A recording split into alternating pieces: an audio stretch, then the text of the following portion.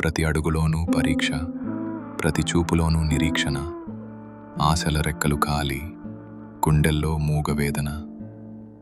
ఆ కన్నీళ్లలో ఉన్నది పిరికితనం కాదు, ఆమె నవ్వే పెదవుల వెనక ఉన్న విషాదం.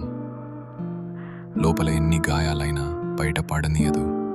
గతం ఎన్ని చీకట్లను తెచ్చినా తలెత్తుకు బతుకుతుంది.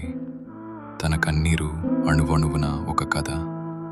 ఆ కథలో ప్రేమ ఉంది, బంధాల కష్టముంది.